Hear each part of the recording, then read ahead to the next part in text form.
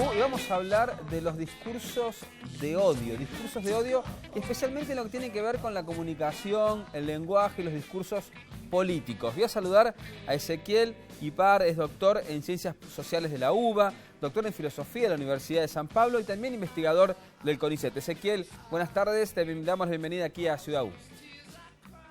¿Qué tal? Buenas tardes. Muchas gracias por llamarme. Gracias por atendernos. Ezequiel, vamos a hablar de discursos de odio y voy a tomar un capítulo de lo que pasó ayer, por ejemplo, ¿no? Donde se festejaba el triunfo del nuevo gobernador de Santa Fe, Maximiliano Puyaro, y allí la candidata a presidenta de Juntos por el Cambio estaba Patricia Bullrich, y en una de su alocución dijo, vamos a destruir, y se refirió a otra agrupación política, se habló del kirchnerismo, y yo quiero tomar esta palabra del destruir, cómo estos vocablos comienzan a aparecer muy fuerte dentro de lo que son los discursos políticos y cómo podemos emparentar esto con los discursos de odio que vemos que circulan de una manera que antes quizás no pasaba en la política argentina.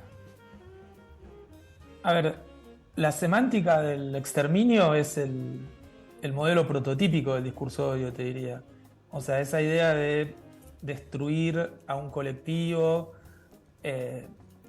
estimular a través de la palabra pública ese tipo de lenguaje que no es un lenguaje argumentativo, ¿no? Es un lenguaje retórico, es un lenguaje que busca como un tipo de emocionalidad inmediata, pero busca la peor emocionalidad con la palabra pública, que es la que incita al odio y la destrucción. O sea, ese texto que vos me mencionabas, que la verdad yo no lo había escuchado, es el modelo típico de la semántica de lo que son los discursos de odio.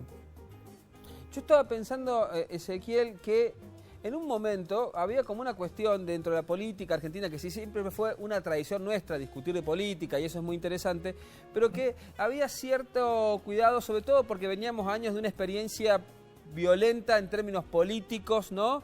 Que fue la dictadura, que fue también todo el proceso que hubo antes con las organizaciones armadas, donde la violencia estaba, por lo menos, entendida de una manera negativa dentro de la narrativa política argentina. ¿Qué pasó en los últimos años entonces, que ahora lo vemos de manera habitual en los discursos, incluso en algunos candidatos que tienen muchas posibilidades de ser, por ejemplo, presidentes de este país?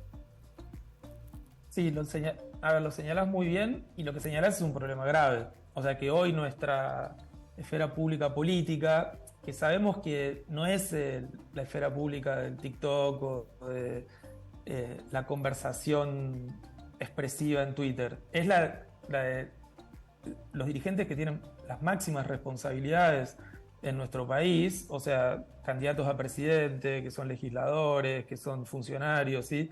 Esas personas que hacen un espacio público, pero particular, que es el de las personas que tienen mucha responsabilidad, que ese espacio público esté tomado por este tipo de lenguaje de discurso de odio, de destrucción, es grave. Yo diría, se perdió algo que tal vez eran como, vos lo mencionabas como hábitos, ¿no?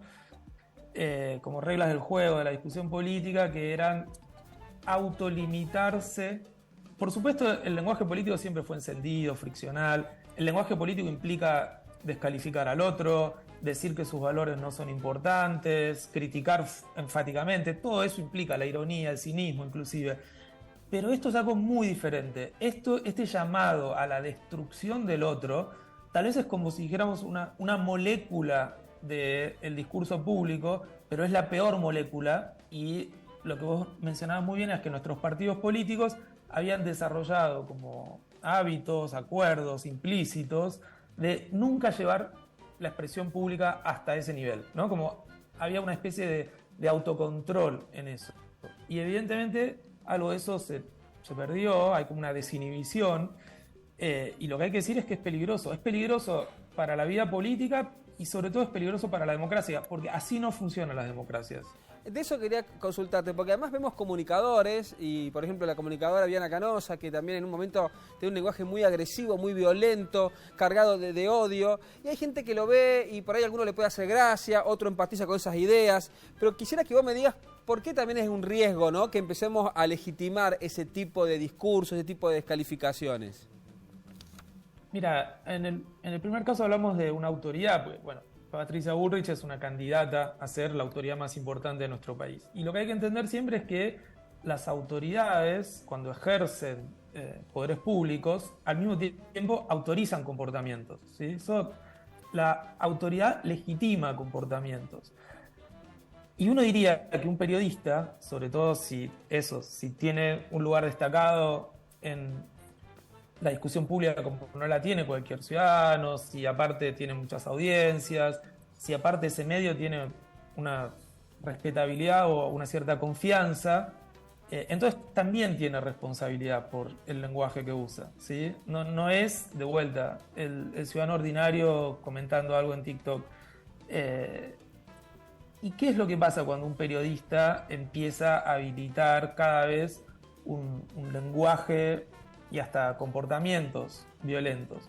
Bueno, lo que termina pasando, y eso hay experiencia internacional, es que eso que queda habilitado por personas que tienen esa responsabilidad delante de otros, empieza a circular después por abajo en la sociedad civil. Y ahí es un fenómeno de retroalimentación. Se empiezan a justificar comportamientos violentos en distintos grupos de la sociedad civil, pues eso puede implicar después actos de violencia política, eso puede implicar actos de violencia social. Y después, si vos tenés un sistema político que empieza a avalar esos actos de violencia a la sociedad civil, tenés el circuito perfecto de la deslegitimación de uno de los principios básicos de la vida democrática, que es la convivencia y la discusión pacífica. Y ahí te lleva a otro plano, que muchas veces pasa, que cuando uno por ahí detecta o apunta, che, mira, lo que estás diciendo me parece fuerte, me parece violento, me parece agresivo, y dicen, bueno, no me estás respetando mi opinión. Yo tengo el derecho de opinar como quiero opinar y de poder decir lo que quiero decir. ¿Cómo ante esa afirmación, qué explicación podemos darle justamente cuando alguien utiliza palabras que son agresivas, violentas? Bien, mira, a ver, algo que hay que entender. Cada vez que nosotros hablamos, hacemos muchas cosas. Una de ellas, en un sentido muy general, es dar opiniones. Pero dar opiniones, no sé, las más insólitas que se te puedan ocurrir, inclusive está toda esta discusión sobre los que creen que la Tierra es plana, por ejemplo. Eso es una opinión sobre cómo es el mundo, por ejemplo. Pero algo muy distinto es hacer una amenaza. Algo muy distinto es legitimar una violencia política. Algo muy distinto es hacer una amenaza a todo un colectivo, esta que vos me mencionaste al principio, ¿sí? Cuando hablamos, hay un modo específico que es el de dar una opinión, que implica respetar las opiniones de los otros, implica garantizarle el derecho al otro a que pueda decir que mi opinión está equivocada. Si yo digo hay que exterminar a todo un grupo político, no estoy dando una opinión, estoy haciendo una amenaza, y eso es algo muy distinto. Ezequiel Ipar, doctor en Ciencias Sociales de la UBA, doctor en Filosofía de la Universidad de San Pablo, investigador del CONICET. Gracias por esta charla con nosotros. Tuvimos poco tiempo, pero queríamos empezar a poner el acento en la agenda de esta cuestión de los discursos de odio, porque nos preocupa mucho lo que vemos. No solamente en las redes, como dijiste vos, que pasa en TikTok, sino que está pasando en la esfera pública, en la arena política especialmente. Me parece muy importante que los periodistas se empiecen a ocupar de esto. Gracias por la charla.